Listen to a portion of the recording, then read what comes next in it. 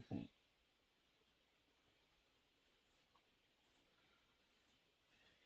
Okay, now let's get to it. I was just sending something out. Let me check to see if my stuff. I think somebody was texting me. Let me see. Oh crap. Okay. Let me get this down.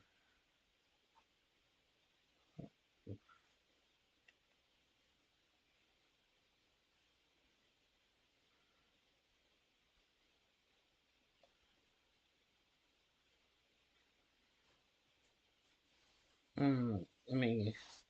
I'm gonna pause the video real quick. We got somebody that's willing to help me get my kickoff, and I need that. One minute.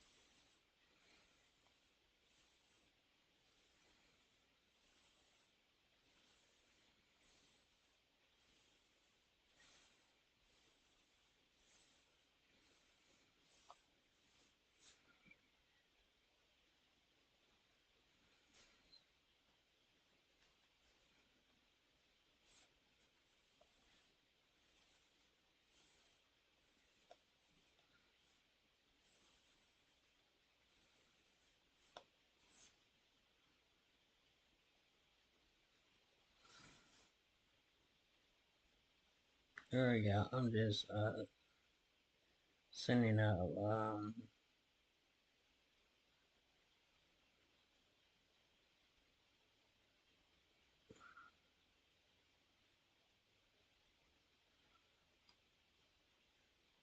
I'm sending my boy some stuff. He asked me to send him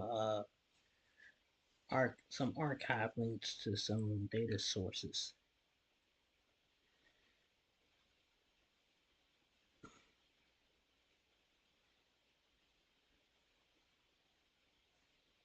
Let me see what's in here. Anything good? Somewhat.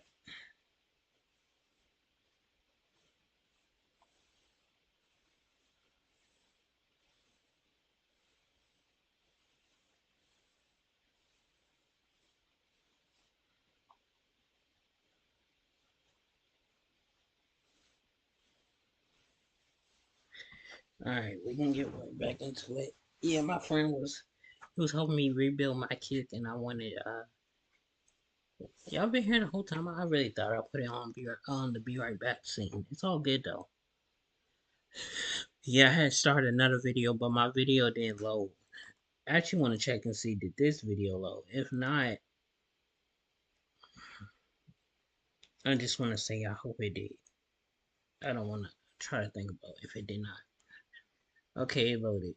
Wait, did the other video load as well? Oh no, it didn't load.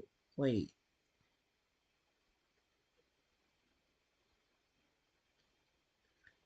Oh, it did load. It was just episode 6 that didn't load.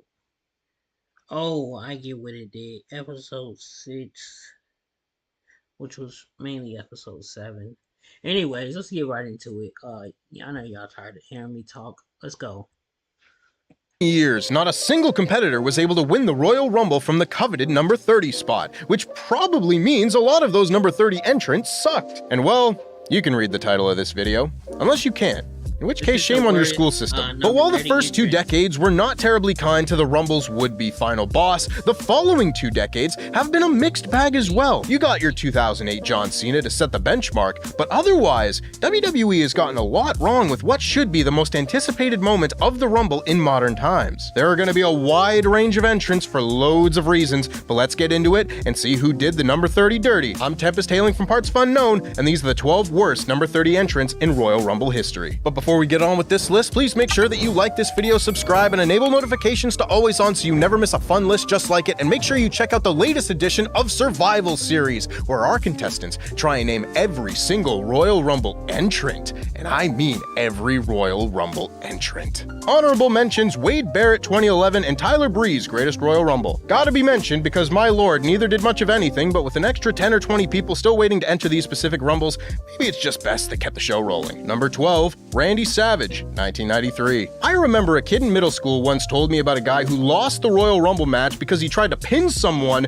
before getting yeeted straight over the top, and I thought there was no way anyone could be so stupid. Then I found out that it not only happened, but the perpetrator was none other than Macho Man Randy Savage, and I was and remain so f***ing sad about it. Could you have made one of your bigger stars to look like a bigger dumbass? As an entrant, Savage was an excellent choice for number 30, and really should have won this match if we're being honest about it. But being one half of the dumbest ending to a Royal Rumble match in history is just too much to be redeemed. This just goes to show you are not about to hear a list of job guys who happen to pick a lucky number. Number 11, The Warlord, 1992. Everyone remembers the Warlord as the Royal Rumble punchline. Insert Tempest's impression of Luke's impression of the By the Numbers video here. But what people likely forget is the Warlord's role in closing out the legendary 1992 Royal Rumble. This one isn't as egregious as others on this list because when 60% of the Rumble is made up of future WWE Hall of Famers, you don't have much right to complain that number 30 is only the Warlord. He lasted just 103 seconds, so definitely not a performance that would earn him a spot on a positive list. The numbers don't lie after all,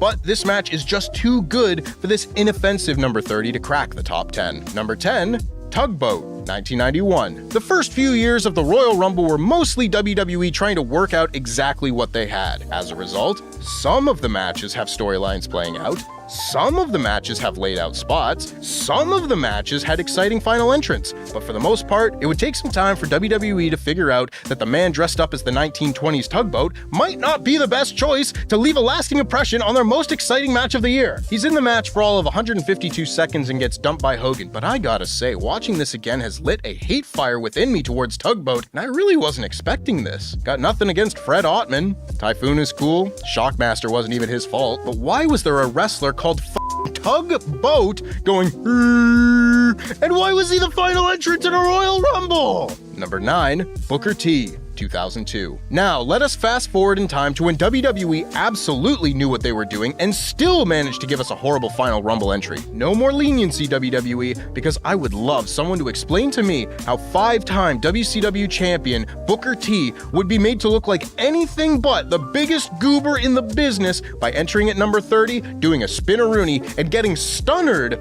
over the top rope in 30 seconds. This has nothing to do with Booker T. This was just WWE getting their jollies from burying the WCW guy. Which is gross, but also stupid, because I don't know if anybody ever told Vince McMahon this, but the WCW guys that signed with WWE, signed with WWE! Use them! Brainless old codger. Number 8, Dolph Ziggler, 2018 Men's. The first surprise entrant on this list, and proof that just because the final entrant of the Royal Rumble is a surprise, doesn't mean it's good. The story of the end of Dolph Ziggler's 2017 is so f***ing bizarre, resulting in this equally bizarre final entry of maybe the best Royal Rumble ever. So after some assorted losing, Ziggly Stardust went to the Charlie Haas School of Flattery and began imitating members of the WWE roster, then randomly won the US title at Clash of Champions, immediately said, "Nah, I don't want this," and disappeared from TV. Then, a month later, he returned as the final entrant in the 2018 Royal Rumble and was eliminated in 2 minutes. It's just a microcosm of what Ziggler spent a decade doing in WWE, going in circles with baffling creative choices that ultimately left him right back where he was. I mean, if he really wanted to be cheeky, he could have come out to Daniel Bryan's music before his record scratch, but given that this Rumble was in Philadelphia, same venue as the dreaded 2015 Rumble, maybe kicking the Daniel Bryan Hornet's nest wouldn't have been the right call. Number 7, Carmella, 2019 Women's. I can just girl talk. Can you? Yeah. Oh. You guys okay out here? Hey, mama. As we dive deeper into the depths of Dirty 30s, we are going to really start getting to the heart of how to f this up. Let me tell you right now, telling us who number 30 is ahead of time is a damn fine way to make it happen. The final entrant of a Royal Rumble match is what the previous 29 had been building to, and people just want to feel excitement when it happens. Knowing is 100% of the battle when it comes to the excitement in the Royal Rumble, and while Carmella's run in the match was perfectly fine, one elimination in 7 minutes, this secret is undoubtedly one that is much better kept. Number 6, Nia Jax, 2020. In 2023, Nia Jax made history by becoming the first person to ever return to wrestling after saying they were done forever, and she did this in the Royal Rumble match. Oh, I'm sorry, did I start too early? I have no idea how that happened. We've literally done this hundreds of times. As a run in a Rumble, this wasn't very good, getting eliminated by the opposition in 2 minutes, but you do get bonus demerit points when your Royal Rumble return entrance gets beyond repair because someone in the truck actually jumped the gun and hit Nia's music before the countdown. How does that happen? Number 5, Nia Jax, 2019 men's. Right, so you know that problem we had with Carmella earlier? We were set to have the same problem in the men's match with R-Truth scheduled to get the final spot, and then we all thought to ourselves, WWE has to have something planned, right?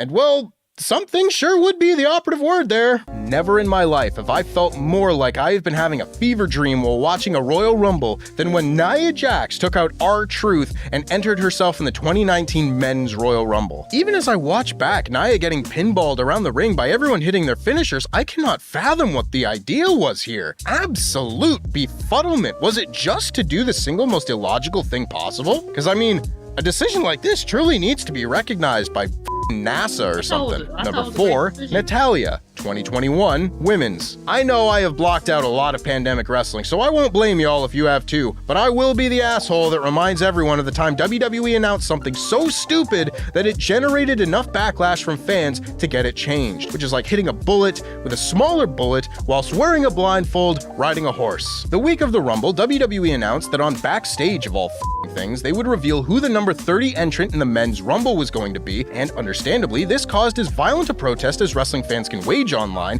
and WWE changed course because yeah, hey kids, let me just tell you all what you're getting for Christmas too. Like, no, what the why? So instead, Edge and Randy Orton were revealed to be entering number 1 and 2, while Natalya and Tamina would wrestle a match for the number 30 spot in the women's Rumble, to which fans everywhere threw up their hands and said, fine, I guess, whatever. And we moved on. And yep, it was just Natalya. Comes in, 2 minutes, comes out, exactly as they told us it would happen. 34 Royal Rumble events had taken place to this point, and WWE still this up. Number 3, Duke the Dumpster Droese, 1996. Third time's the charm with announcing the number 30 entrant ahead of time, or maybe I should say first time's the charm, because the first time WWE announced the number 30 entrant ahead of time was probably the most offensive. Maybe I should give more leniency to the older match, but in no timeline would promoted number 30 entrant and resident trash man jobber Duke the Dumpster Droese have garnered any excitement. Not even in the universe where we are all trash men and Droese is our king. It still would have been better kept a secret. So really, on your 9th try at doing a Royal Rumble, you should know better than to have a literal job guy win the most exciting spot in your most exciting match. At least Carmella and Natalya were former champions with some credibility. This was Duke the Dumpster Droese, who beat Triple H to earn the number 30 spot and then got eliminated after a minute. How WWE didn't learn from this lesson is beyond me. After all, it's not as if the company has a tendency to their fans or anything, right? Number 2,